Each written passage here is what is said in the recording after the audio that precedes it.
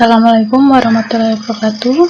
Pada video kali ini saya akan melanjutkan penjelasan untuk materi kuliah kalkulus. Ya, untuk kali ini kita masuk ke bab integral. Setelah sebelumnya kita belajar tentang turunan, kemudian penggunaan turunan. Kali ini kita akan masuk ke bab baru, yaitu integral. Apa sih itu integral?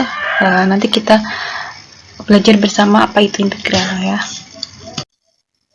Nah, dalam integral kali ini saya akan menjelaskan beberapa subbab ya. Di sini ada definisi tentang integral, kemudian ada integral tentu, ada integral tak tentu, dan integral substitusi. Yang pertama di sini saya akan menjelaskan terlebih dahulu definisi tentang integral. Ya, seperti yang kita telah pelajari bersama di pertemuan-pertemuan sebelumnya ya, kita belajar yang namanya turunan. Nah, di sini ada yang namanya anti turunan ya. Kalau yang namanya anti turunan itu berarti dengan kata lain artinya itu kebalikan dari turunan ya. Nah, misalkan di sini saya punya f ya, f besar, di mana f besar ini adalah anti turunan dari f kecil pada selang interval i ya, jika domainnya si f besar itu sama dengan si f ya. Nah, ini mungkin kalau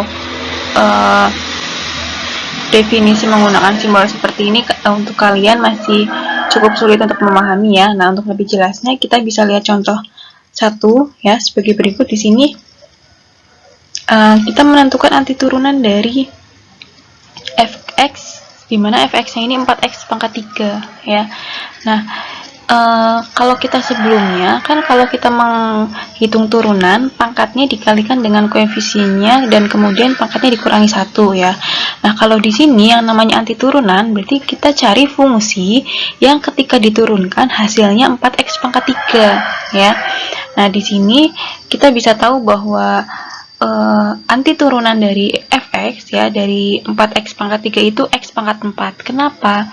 Karena ketika kita menurunkan x pangkat 4, hasilnya kan 4 ya, 4 kali 1 ya, koefisien dan pangkatnya dikalikan dan pangkatnya dikurangi 1. 4 dikurangi 1 jadi 3 di sini ya. Nah, di sini ya. Ini ketika ini diturunkan hasilnya nanti akan ini ya. Jadi anti turunan dari 4x pangkat 3 ini ya, anti turunannya adalah ini. Tapi di sini plus c ya. Kenapa? C-nya ini sebagai konstanta ya. Kan sama saja, mau konstanta berapapun ketika diturunkan tetap aja 0 kan. Nah, di sini kan 0 nggak ada nilainya di sini ya. Nah, di sini kan 0 sebenarnya ada ya. Jadi ketika kita ditanyakan anti turunan dari 4x pangkat 3, jawabannya adalah x pangkat 4 plus c ya. C-nya ini bisa angka berapapun ya. Bisa 6, bisa minus 100, bisa plus 1/1000 ya. Berapapun angkanya, nilai konstanta berapapun, karena kalau ketika fungsi-fungsi ini diturunkan ya, hasilnya pasti akan sama ke ini 4x pangkat 3 ya. Jadi anti turunan itu kebalikan dari turunan ya. Jadi kita cari fungsi yang diturunkan itu nanti hasilnya akan ini ya, fungsi yang ditanyakan di anti turunan gitu ya. Jadi anti turunan ini merupakan kebalikan dari turunan ya. Jadi ini asal mula dari integral nantinya ya. Ini ada kaitannya dengan yang namanya integral. Nah, contoh yang lainnya, misalkan di sini saya punya t pangkat 10 ya. Nah, kita cari fungsi ya yang merupakan anti turunan dari t pangkat 10 ini, yaitu ini t pangkat 11. 1/11 t pangkat 11. Kenapa? Coba kalau misalkan fungsi ini kita turunkan ya, pangkatnya dikalikan dengan koefisiennya, berarti 1/11 kali 11 kan 1, kemudian pangkatnya dikurangi 1, 11 kurangi 1 jadi 10 ya. Jadi di sini 1/11 t pangkat 11 itu merupakan anti turunan dari t pangkat 10. Tapi jangan lupa di sini plus c ya, karena di sini fungsi anti turunannya itu bisa ditambahkan dengan konstanta berapapun dan nanti hasilnya akan sama, ketika diturunkan hasilnya akan t pangkat 10 gitu ya. Nah, sehingga dapat disimpulkan bahwa 1/11 t pangkat 11 itu anti turunan dari t pangkat 10. Nah, anti turunan ini bisa dituliskan dalam bentuk integral ya. Jadi integral dari t pangkat 10 itu 1/11 t pangkat, ini harusnya 11 ya. Nah, ini harusnya 11 ya. Ini t pangkat 11 ya.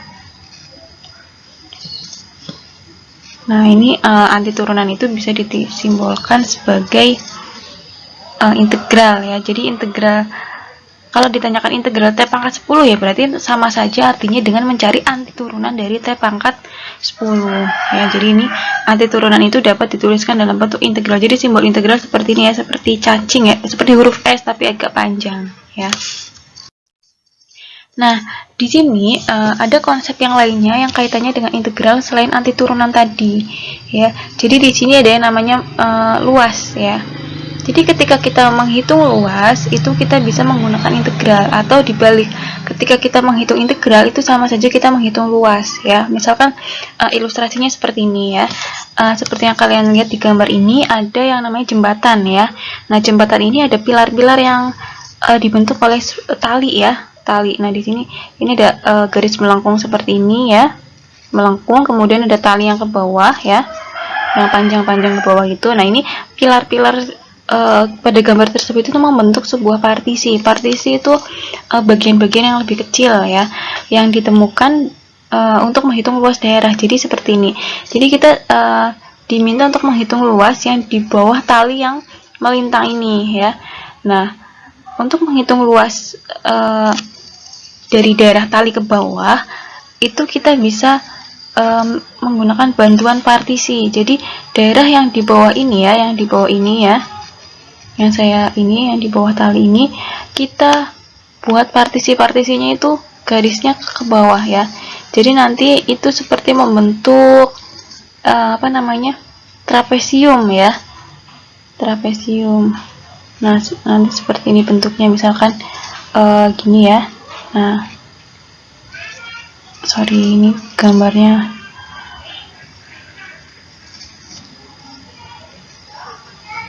ya. Jadi misalkan kita tadi kan garisnya ini ya, ke sana, ke sana. Nah, ini nanti kita buat garis-garis ke bawah ya. Nah, ini. Jadi kalau kita menghitung daerah yang di bawah grafik yang melengkung tadi, itu sama saja kita menghitung luas ini, bagian-bagian kecilnya kemudian dijumlahkan ya kan. Nah, jadi bagian-bagian kecil ini nanti ini membentuk apa namanya, trapesium, dan trapesium ini bisa dihitung lewat pendekatan luas persegi panjang. Jadi partisi atau bagian-bagian kecil ini kan nanti seperti persegi panjang sebenarnya ya. Nah, ini nanti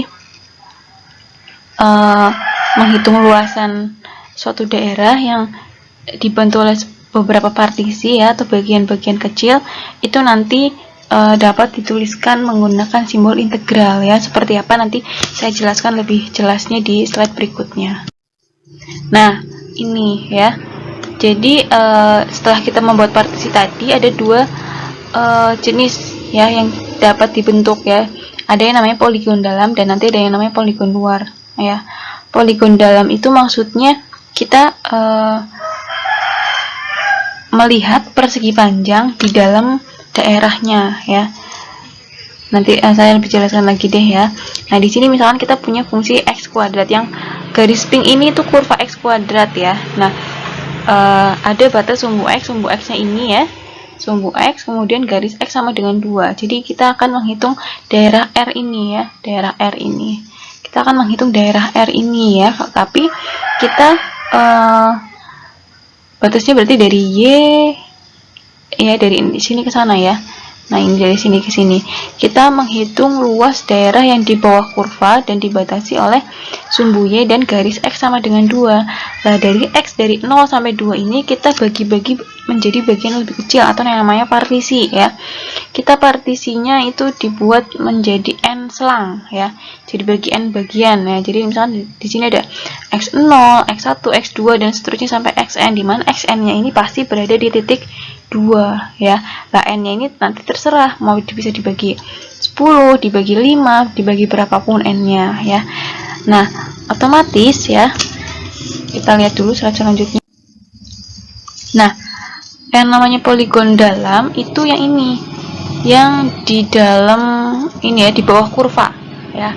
Nanti bedanya sama poligon luar itu agak lebih ke atas lagi ya. Nah, di sini kita menghitung ini persegi-persegi yang ada di warna hijau ini ya. Jadi ketika kita sudah membuat partisi ya, kemudian kita menggunakan pendekatan poligon dalam, artinya kita terbentuklah persegi panjang yang ada di dalam daerah R ya. R. Nah, tadi ini misalkan dari X0 ya sampai X1 ya, itu lebarnya, nanti tingginya berapa, itu kan menghitung satu buah persegi panjang ya. Jadi panjang kali lebar atau alas kali tinggi. Jadi di sini istilahnya alas kali tinggi ya, sama saja seperti panjang kali lebar dalam persegi panjang ya.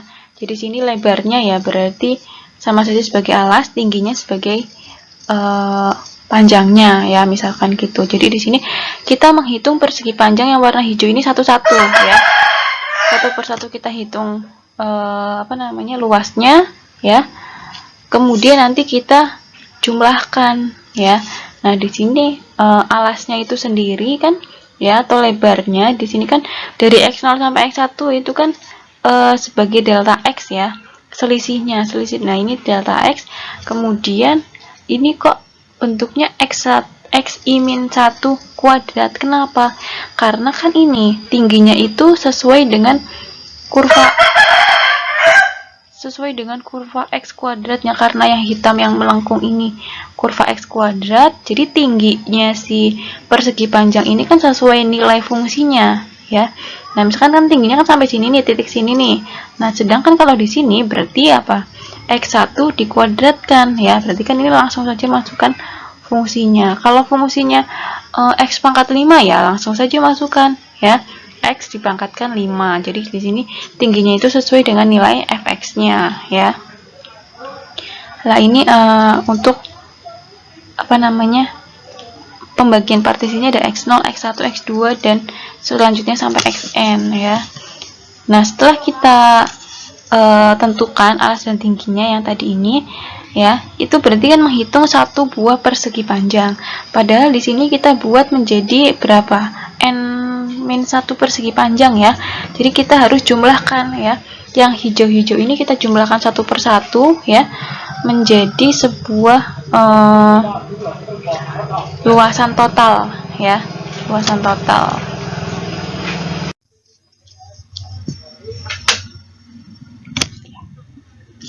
Nah, selanjutnya di sini seperti yang tadi saya jelaskan sebelumnya, berarti kan di sini kita menghitung luas. Nah, karena tadi dibagi menjadi beberapa partisi ya, jadi n partisi, maka di sini ada n-1 luas yang kita hitung ya. Jadi ada 1, 2 ya. Nah, ini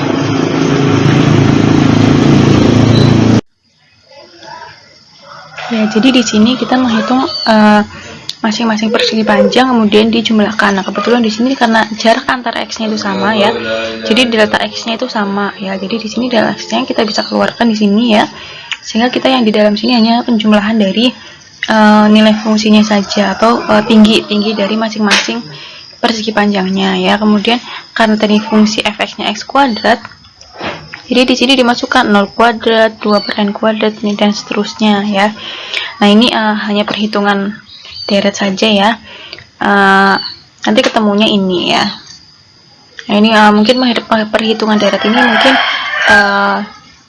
cukup ini ya, cukup rumit untuk dipelajari secara langsung atau dadakan sekarang gitu. Jadi ini memang ada kaitannya dengan deret dan barisan ya. Ini ada deret dan barisan. Tapi misalkan kita udah ketemu hasilnya ini nih, jadi di sini saya hanya memperkenalkan konsepnya dulu aja ya. Jadi tadi kita membuat partisi, kemudian menghitung luasnya masing-masing, kemudian dijumlahkan ya. Nah, di sini kita bisa lihat bahwa ketika n-nya itu menunjukkan hingga atau semakin banyak ya, artinya ketika kita membagi partisinya atau bagian-bagian kecilnya semakin banyak, artinya kan persegi panjangnya, lebarnya akan semakin sempit ya. Nah, ketika dia semakin sempit kan berarti dia akan luasnya akan sesuai ya. Maksudnya di sini luasnya akan terhitung semuanya gitu ya. Jadi kalau misalnya tadi kita lihat gambarnya, ketika kita partisinya lebar-lebar ya, jaraknya jauh, berarti kan ada daerah yang tidak terhitung luasnya ya, yang tadi bisa dilihat lagi di slide sebelumnya yang warna hijau itu. Kalau misalkan kita hitung hijaunya kan di atasnya ada daerah putih yang belum terhitung luasnya. Nah, tapi ketika kita n-nya atau jumlah partisinya kita perbanyak ya, putih-putih itu kan akan tertutupi ya, jadi nanti akan perhitungan luasnya akan semakin baik gitu ya. Nah, di sini yang tadi kita hitung itu luasnya berarti 8/3 ya. Nah, di sini kalau n-nya semakin besar ya, yang terjadi nanti dia akan semakin baik ya. Gitu. Nah, di sini ada poligon luar. Kalau poligon luar itu kita membuat partisi persegi panjangnya sampai ke atas di sini ya, sesuai dengan bentuk kurvanya ya. Kalau tadi kan di dalam, kalau di dalam tuh berarti nanti di sini ya, di sini. Nah, ini ada putih-putih yang tadi dihitung tapi tidak terhitung ya kalau poligon dalam. Nah, kalau poligon luar justru malah dia berlebihan ya. Jadi yang di dalam kurva itu dia kan terhitung semuanya, tapi malah justru berlebihan. Di atas ada hijau-hijau yang di atas ini, padahal kan yang hijau-hijau di atas ini tidak perlu dihitung gitu. Jadi di sini ada kelebihan perhitungan luas. Kalau yang tadi dalam kan ada kekurangan ya, jadi ada daerah yang belum terhitung gitu. Nah, ini konsepnya hampir sama seperti yang tadi untuk perhitungannya. Jadi kita menghitung luasan persegi panjangnya masing-masing, kemudian dijumlahkan ya. Dengan alas dan tingginya itu disesuaikan, alasnya berapa, tingginya berapa ya. Gitu, atau panjang dan lebar sebutannya. Nah, kemudian ini sama saja seperti tadi ya, dijumlahkan ya. Nanti hasilnya seperti ini. Kemudian seperti yang tadi saya sebutkan sebelumnya, ketika n atau partisinya semakin banyak, nanti hasilnya dia akan semakin baik ya. Jadi di sini luasnya kan 8.